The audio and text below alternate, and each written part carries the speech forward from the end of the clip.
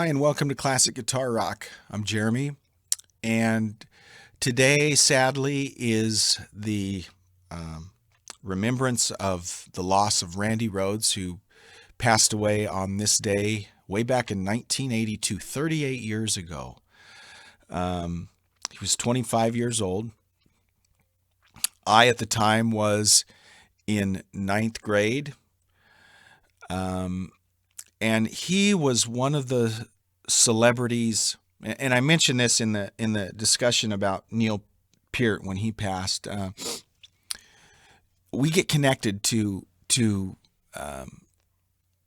celebrities at different times, different for different reasons or whatever. And it's not like we really know these people personally. They didn't know us. We don't know them.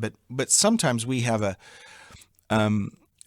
strong feel like we have a strong connection. Something about what they did in terms of their art or whatever it is they're famous for made a connection with us. And in my life, there have been three celebrities that have had a pretty profound impact on me. One of them was Neil Peart, who passed away here a few months ago. The other one was John Denver, and Randy Rhoads. Those are the three celebrities that hit me the hardest when they passed away. And the tragedy of it's a tragedy when you lose anyone, right? But the tragedy we see when we see an artist, especially when they die at such a young age, like Randy Rhoads did.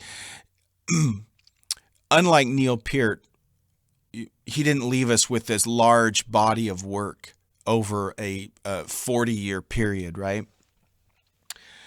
We have two albums. Well, there was some Quiet Riot stuff that you can dig back and find, but realistically, it was two albums and a live album, and that's all that we have. And the thing I always think about is, what more would we have gotten from Randy Rhoads had he not died? He was very talented, brilliant. He was a what's the word I'm looking for? He like Eddie Van Halen was a true innovator. When he hit the scene, he had his own unique voice, just like Eddie Van Halen did. Randy Rhoads was not the first guy to play, Phrygian minor and natural minor scales, right? Other guitarists like Ritchie Blackmore had done that, right? But the way that Randy Rhoads played them, his obviously deep knowledge of classical music and music theory in general, was not something that was really common in the hard rock scene. And interestingly enough, Randy Rhoads was not really a Black Sabbath fan. The story goes that his mom had to basically talk him into going down and having the audition with Ozzy Osbourne, because he had never been a Black Sabbath fan. He was more into like Alice Cooper. He's a big Alice Cooper fan, David Bowie fan.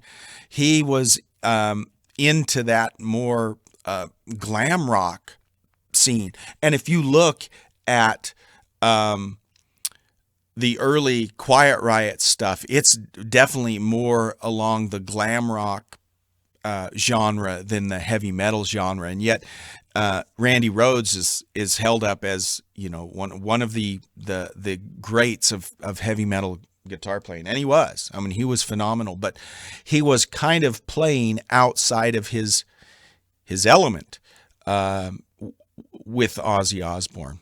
And thank goodness he was, because he left us with some great material.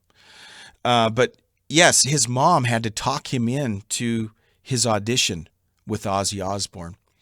And she said after the fact that once Randy came home, he said, "Well, I got the job. I'm not sure what the job is," So, and the story goes, you're probably familiar with this. It's been recounted several times, but Ozzy had heard all kinds of people trying out for a couple various times. George Lynch had tried out for Ozzy. I think he might have even at the very beginning.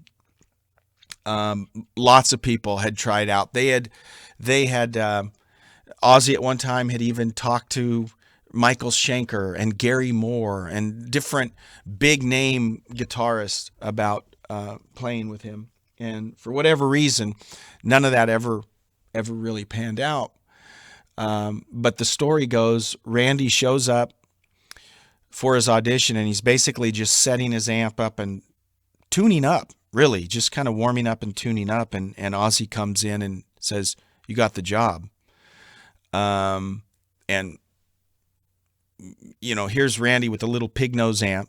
Everyone else that auditioned had a Marshall half stack or big amp that they brought in, and Randy just shows up with a little pig nose amp, practice amp, and got the gig. And the rest, as they say, is history. He's whisked off to England and meets Bob Daisley. He and Bob Daisley basically write everything, music. Bob Daisley wrote 95% of the lyrics. They used different drummers kind of throughout the initial process, but eventually landed on Lee Kerslake.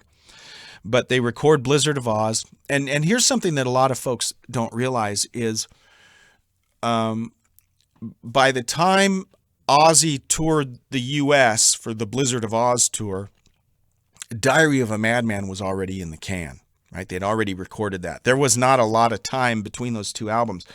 So basically, the band gets together, they do Blizzard of Oz, they do a European tour, they go right back in the studio and do Diary of a Madman, and then they come over and tour Blizzard of Oz in the U.S. Before Diary of a Madman is released. And then, of course, it was on the Diary of a Madman tour, March 19th, 1982, that the plane crash happens, piloted by the tour bus driver. The hairdresser and wardrobe person was in the plane with Randy when they died. And I remember where I was when I heard the news. Entertainment Tonight is where I heard it. And Ozzy had actually gotten quite a bit of press around this time because he was a shock rocker, right? And there had been several stories about him on Entertainment Tonight. And so there had been some exposure to Ozzy, and Randy was kind of he was the best new talent in Guitar Player magazine. So he was beginning to get recognized for his work, and then he passed. And I would say right up there with Eddie Van Halen, he was one of those guitarists that inspired a lot of other players. And you hear those Randy Rhoads influences from a lot of players from that time. You look at the Paul Gilberts and many of those guitar players of the time, Steve Vai even, and they'll tell you about the impact that Randy Rhoads had on them. And from all I've heard is he was just a really nice person, right? He was not into the now on stage. Don't get me wrong. He was a rock star on stage. He had this look. He had this stage presence. Sadly, guys, this is early 80s, right? We didn't have the technology that we have now, and sadly, really all we've got are the famous after hours video clips that you've probably seen where they'd play Mr. Crowley and Suicide Solution and Crazy Train, for this public access show and TV. Fortunately, we have that footage. We've got a few grainy, camcorder recordings that people have from various shows, but we just do not have any pro footage, sadly enough. And so what we're left with is the records, the one live recording, and the limited video that we do have. But from all I've heard, all the accounts that you hear, is that he was just a very nice person, and wasn't really into partying a lot. And here he is with Ozzy Osbourne, who's, you know, kind of known for that, and that really wasn't his scene. He had a love for classical music. He had been taking private guitar lessons, and as I mentioned in a video just here over the weekend, sadly, it was confirmed that Ozzy was not happy when Randy had told him he wanted to leave. So my theory is there wouldn't have been another Ozzy Osbourne album with Randy. And that's the tragedy, is what would we have seen from Randy Rhoads had he joined another band, or had he gotten into classical music? What might we have seen from Randy Rhoads? And sadly, we'll never know that. I personally am very saddened when to know that we lost him, but also, man, super happy and appreciative of what we do have from him, because it was very inspirational to me. He was more than anyone the guitarist that inspired me to learn to play. I'd actually gotten a guitar before he died, but it was really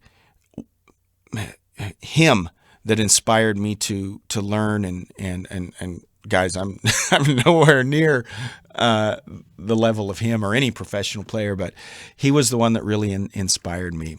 And you go back and listen to some of those songs, the music, Revelation, Mother Earth, man, that is just a beautiful arrangement, beautiful song. Don Airey will tell you about how grounded Randy Rhoads was musically, his knowledge of theory and classical music and diminished scales and all of this stuff that just was at the time kind of unheard of in a rock context. Go listen to Diary of a Madman, and just a great song, and the guy had a deep musical knowledge. He left his mark at a young age, only 25 years old. And so today, let's all take a minute and give thanks for the opportunity that we had to know his music and know his talent, and just remember him for the great person, the great musician that he was. Thanks for watching. And if you haven't subscribed yet, please do so. Thanks. Bye-bye.